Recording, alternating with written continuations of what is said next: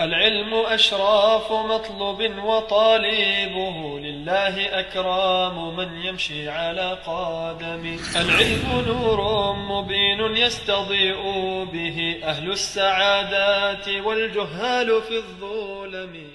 طيب. Another example. A person, not just fiqh, a person utters a word of kufr. A person utters a word of kufr. طيب. What is the ruling on this? Normally, a person utters a word of kufr, insults the Messenger sallallahu alaihi wasallam. The person is a kafir, sah? طيب. What about if a person is asleep and they utter a word of kufr? Are they a kafir? Do we say, Wallahi, you became a kafir last night? Huh? No, why not? Huh? He was unconscious. So there was no qasd, there was no intent. There was no intent. So that is a mani' of applying the hukum of kufr on him. There's no hukum. There was mani' there, so we cannot apply the hukum. For example, another person utters a word of kufr. However, he's been forced. There's a gun to his head, and he's been forced to insult the Messenger sallallahu alaihi wasallam wal-'iyadhu billah. Insulting the Messenger sallallahu alaihi wasallam is what? Halal or haram?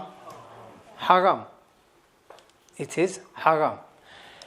If a person does that, then he is no longer a Muslim. What about this situation, Ali, who's got a gun to his head? Do we say, Ali, wallahi, you're a kafir before you die, or what? Huh? La. He is not a kafir. Why? He's been forced. There's a mani' there. He is now being forced to utter this word. So a mani' is something which prevents a person from prevents the hukum being applied on a certain person. Is that understood? Who can give me an example?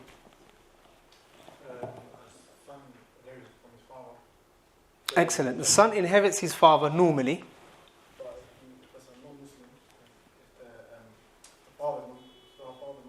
No.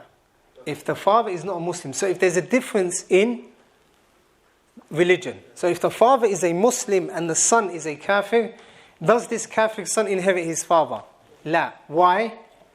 It can be said there's a mani', a prevention there, a preventer, which prevents the inheritance, which is ikhtilafu din, the difference of religion.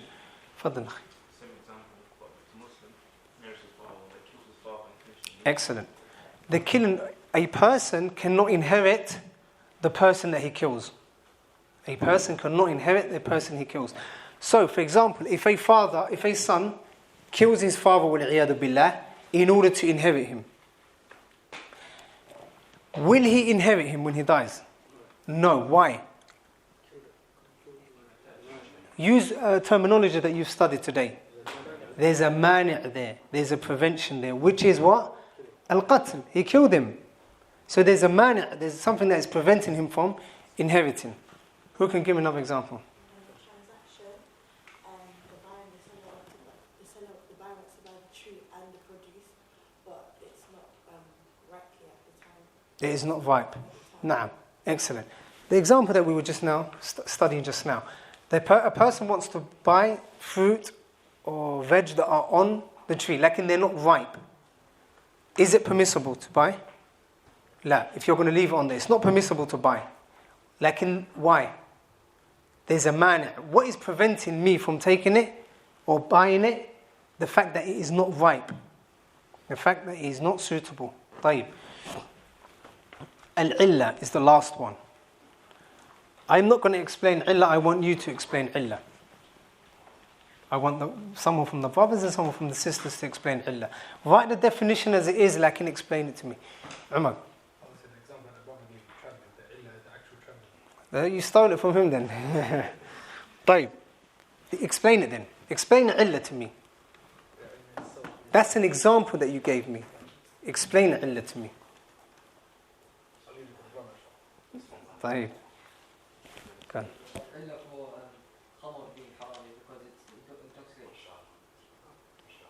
لا خطأ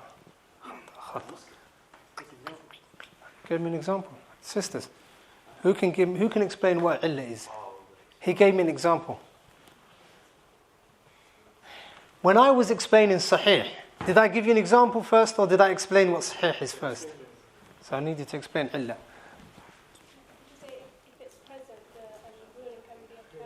If it is present, if it is present, the ruling can be applied. Excellent. If it is present, if the illah, the reason is present, then the ruling can be applied. We said a qa'idah before that I mentioned to you last week. Al-hukmu yaduru ma'al illah, wujudan wa adaman. The hukum, the ruling, it goes hand in hand with the illah, the reason. طيب. Now the example comes. So now that you've understood what illah is, it is something that if it is there, then the ruling is met as well. Okay, give me an example. The sister that said it. So a sister wants to perform Hajj,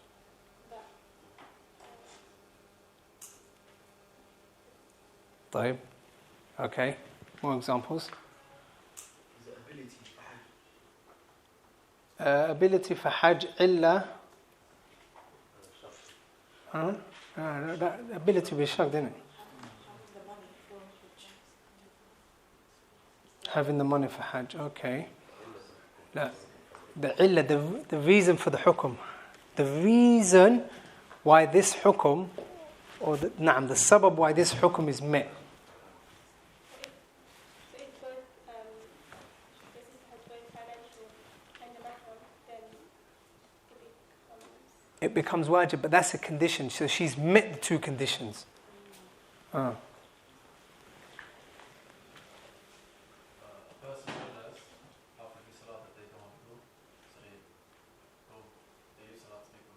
A person realizes that he doesn't have salah he doesn't have wudu halfway through his salah. No.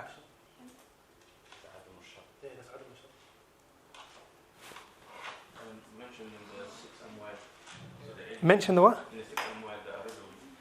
Ah. So anything that same quality.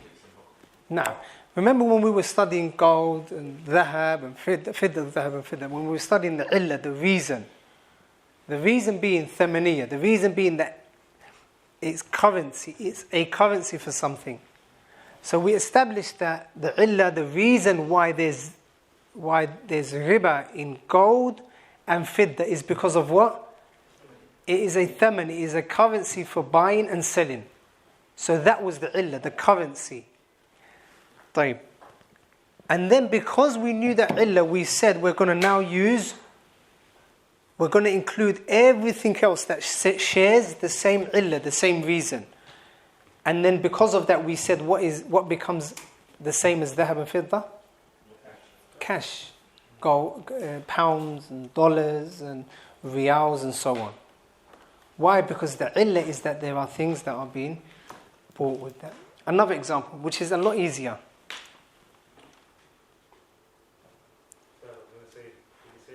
You're asking me a question. I want an example. Traveling. A safar, right? طيب.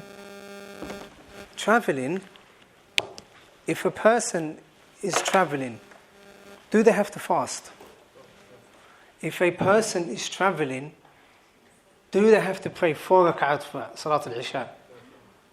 Why? Is it because where they're going is far and... What is the illah? Safar is the illah.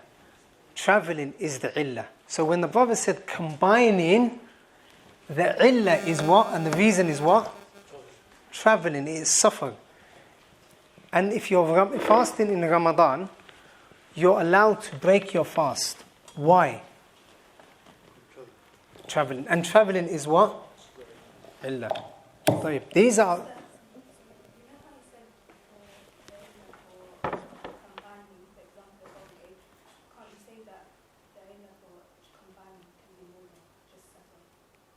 Like what?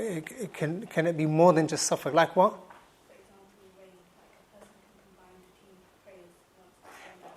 Na'am, but yeah, na'am, yes, you're right. The illah, that's good. But we were just talking about suffer specifically. But you're absolutely right. Not combining, sorry. Not shortening, combining. Did you say shortening or combining? Combining, na'am. For combining, we can also find another illah. For combining, we can also find another illah. For example, if it is raining, it's pouring down with rain, or there's a lot of snow, or it's extremely cold. When we get to the masjid, if the imam is there and we pray Salatul Dhuhr, we can also pray Salatul Asr. If we pray Salatul Maghrib, we can also pray Salatul Al-Isha. Lakin the illah is what? Is it because we're traveling to the masjid? La. What is the illah? The mashaqqa, the hardship that we're facing. Illah. Illah. With the tarif of the sabab, would it, for example, matar, that not be a sabab? They can be used. In a way, they can be interchangeable. Naam. But sabab and illah, and even sabab and shal. Lakin, there are certain examples, like the examples that we just mentioned now. Go on. Last example, because we want to go into the book. Naam, jihad is the illah for Salatul Khawf. But bear in mind, it can also be the sabab, it can be the reason. It can be the reason. طيب. يقول الشيخ رحمه الله تعالى رحمة واسعة.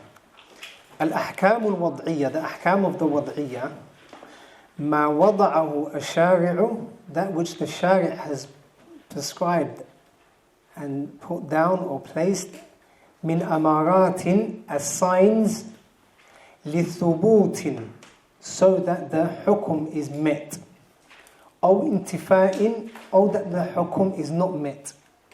Meaning, for example, the mani', the prevention, something being there. أو نفوذ, or for the transaction to be now considered valid. أو إلغاء, or for the transaction to be considered void and for it to be cancelled out. ومنها, and from it is الصحة والفساد. And from the أحكام الوضعية are something being sahih and something being fasid. Something being sahih and something being fasid.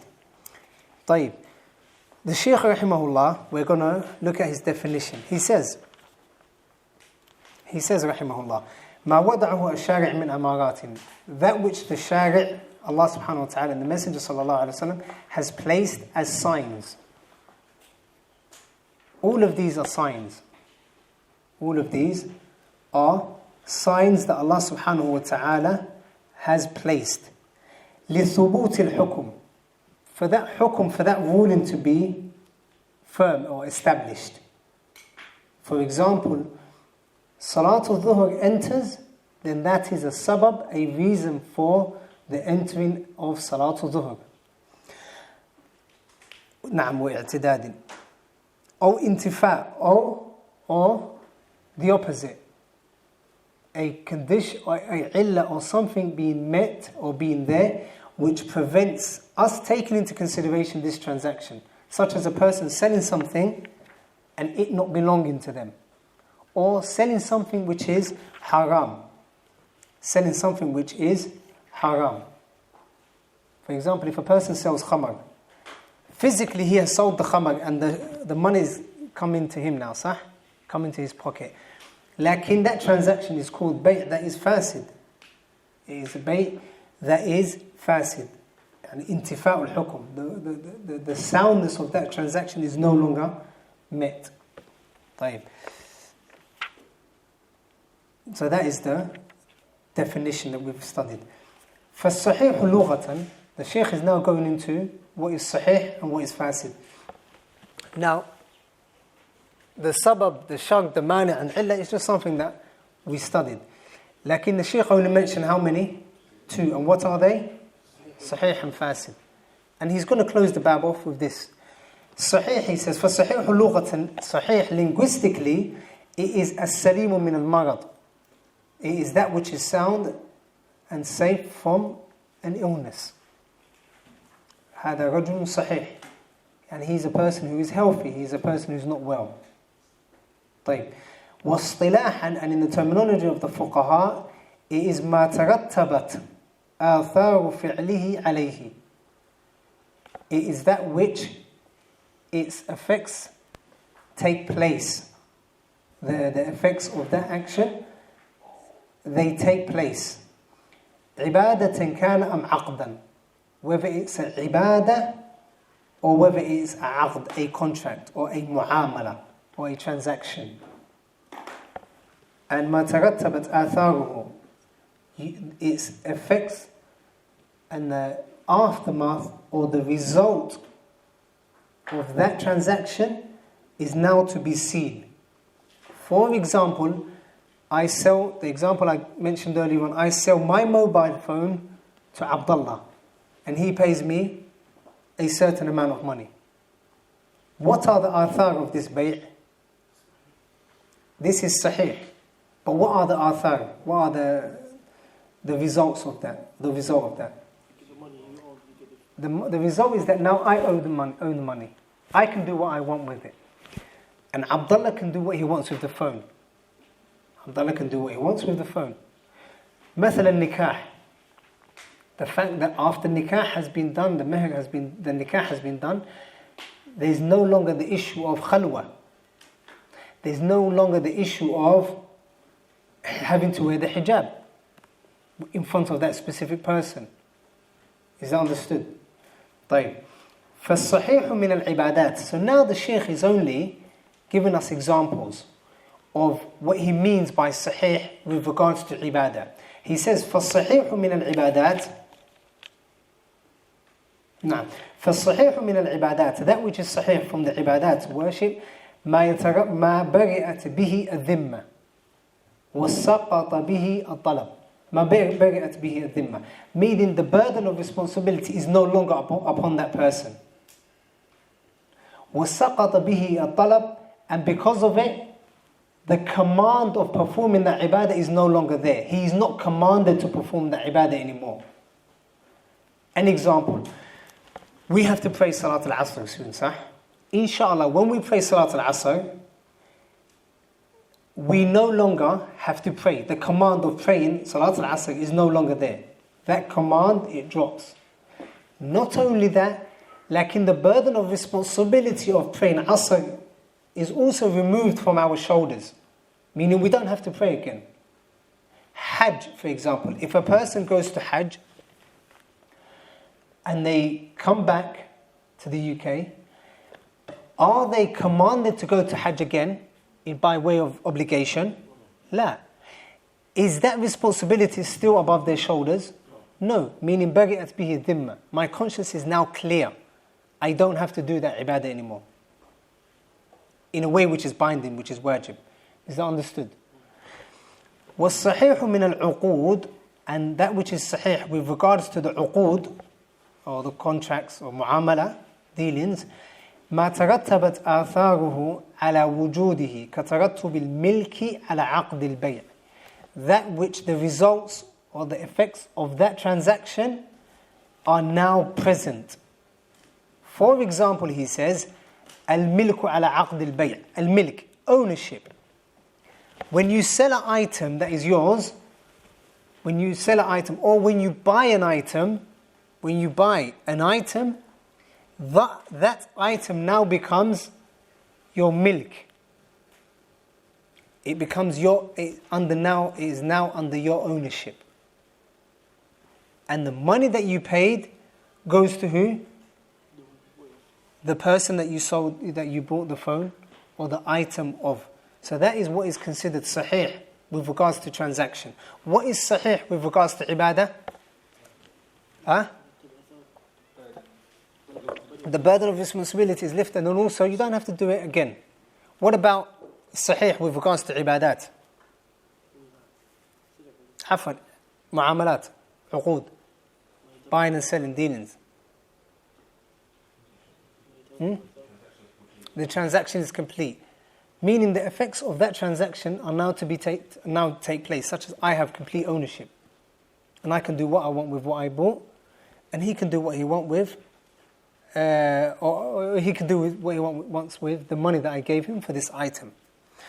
The Shaykh says, rahimahullah, وَلَا يَكُونُ الشَّيْءُ صَحِيحًا, and a thing is not going to be complete, إِلَّا except بِتَمَامِ شُرُوطِهِ, except with the completion of its conditions, وَانْتِفَاءِ وَمَوَانِعِهِ, and the lifting of all of its mawani'.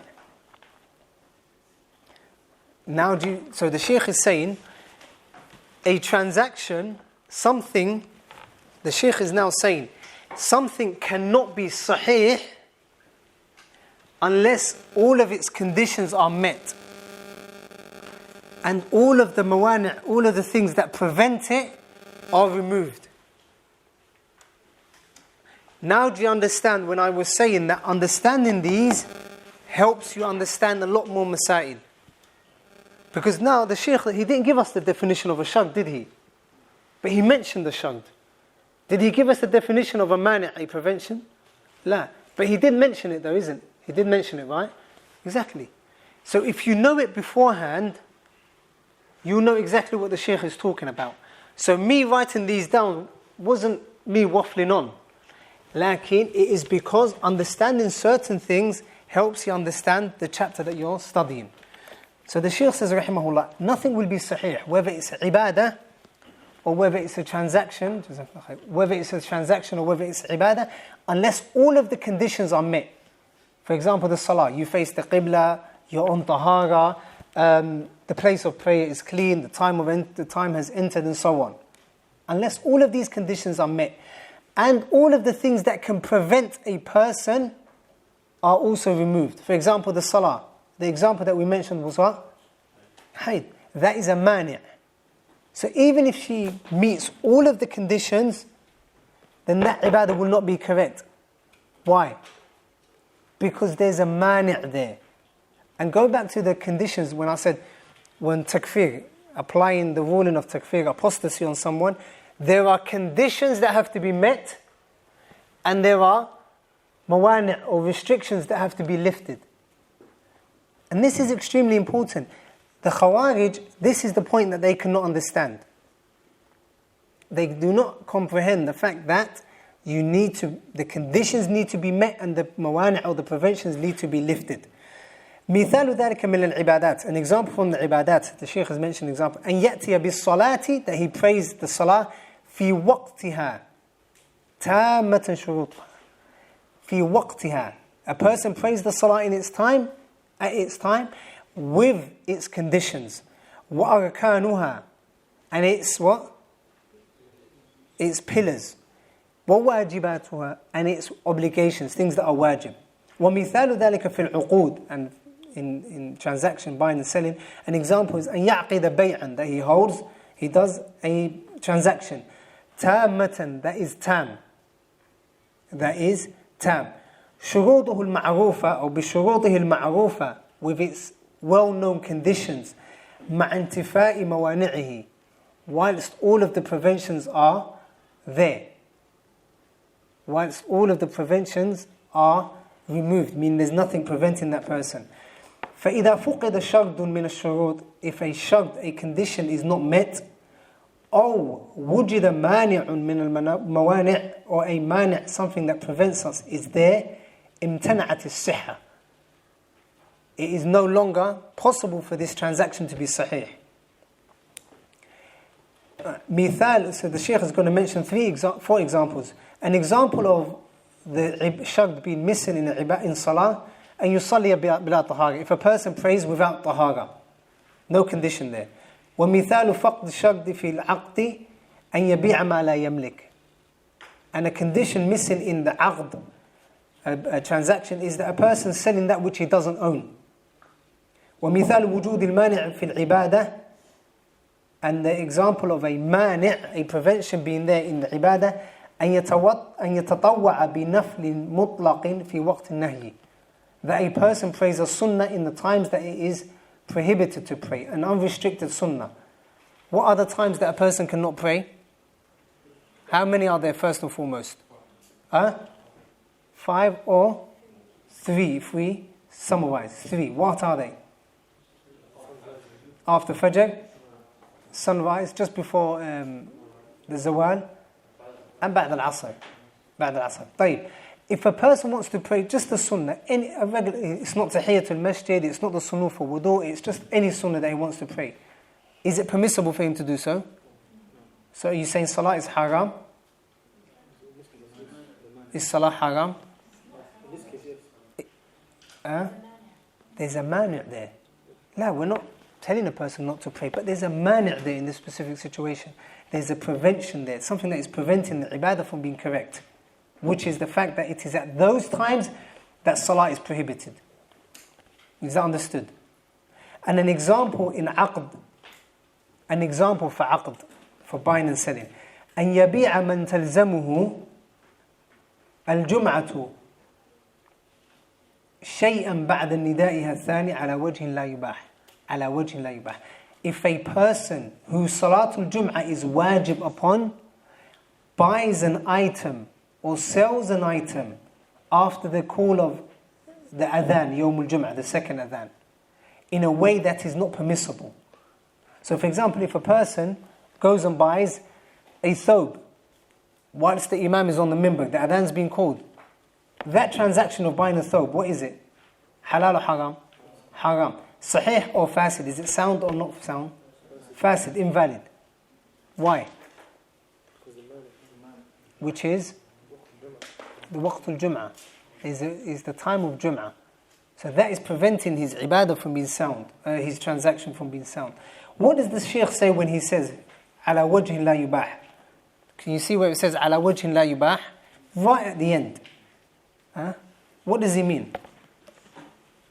In a way that is not permissible. For example, if you don't have clothes at the time of Jum'ah, then now buying your thobe has to become... Nah.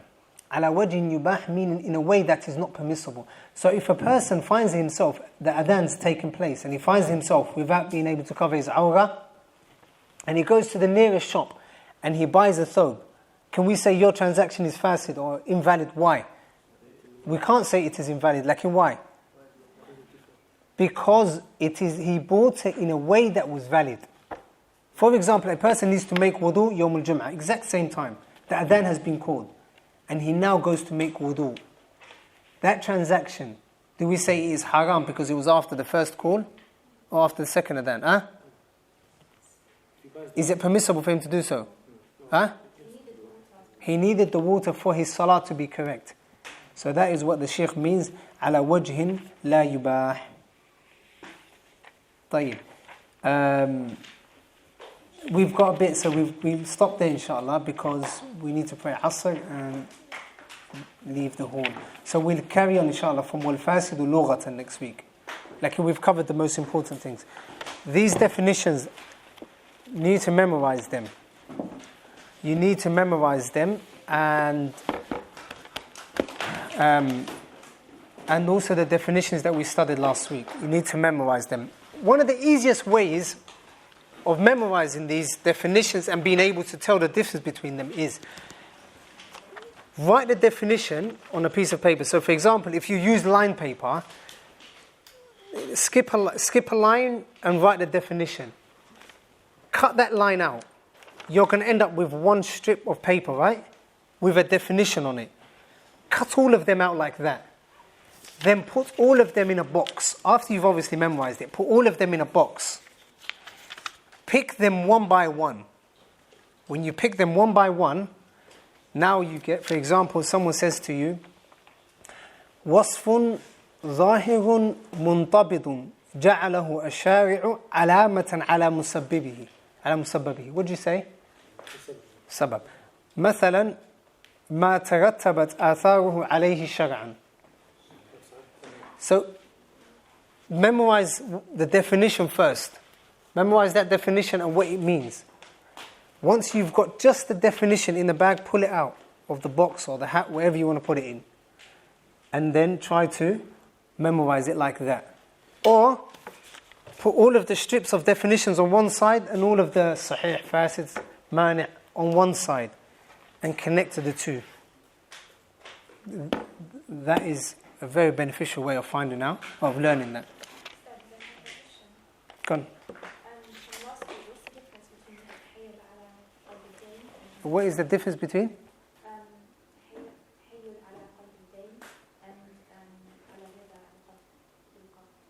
What is the difference between tahayyul ala dayn and riba al-qard?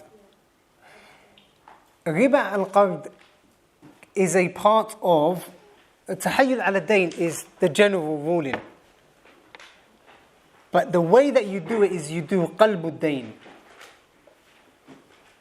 So for example, you lend a person £1,000 and you say to them, bring it back to me in 6 months. Pay me back in 6 months. After the 6 months is up, that person is not able to pay the 1,000.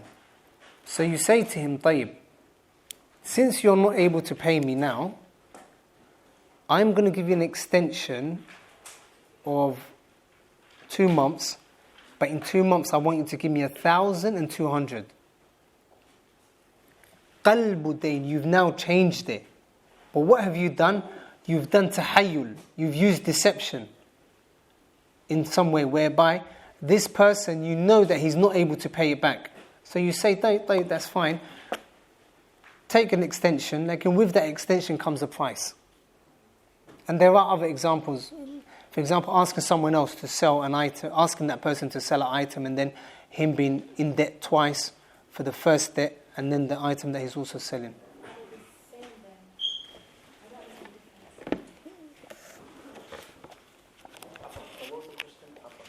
The difference between tahayyul ala dayn, where is it? Mention it. Where is it?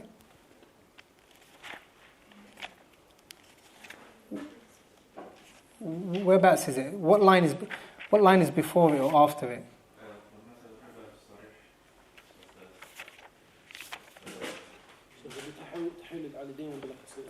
ومثل لحظة. Is that what? No, it wasn't that. No, it's not. That's the masala before it. Okay, طيب. التحيل على قلب الدين, صح?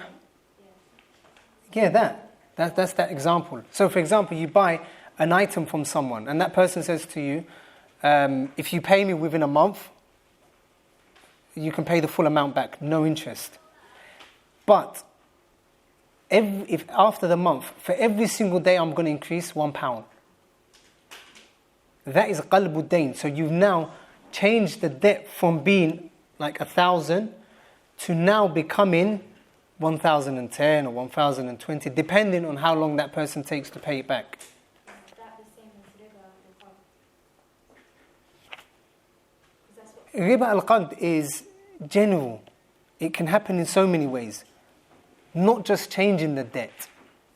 So, qalbu dayn is a type of riba Huh? al-qard.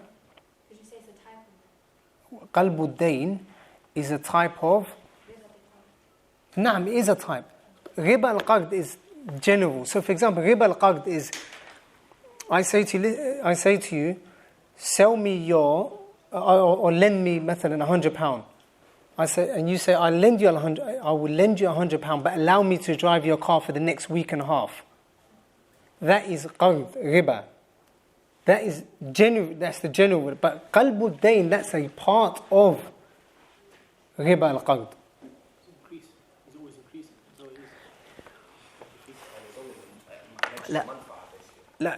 Riba al-qard is an umbrella. It has different types. From those types is qalbu dayn.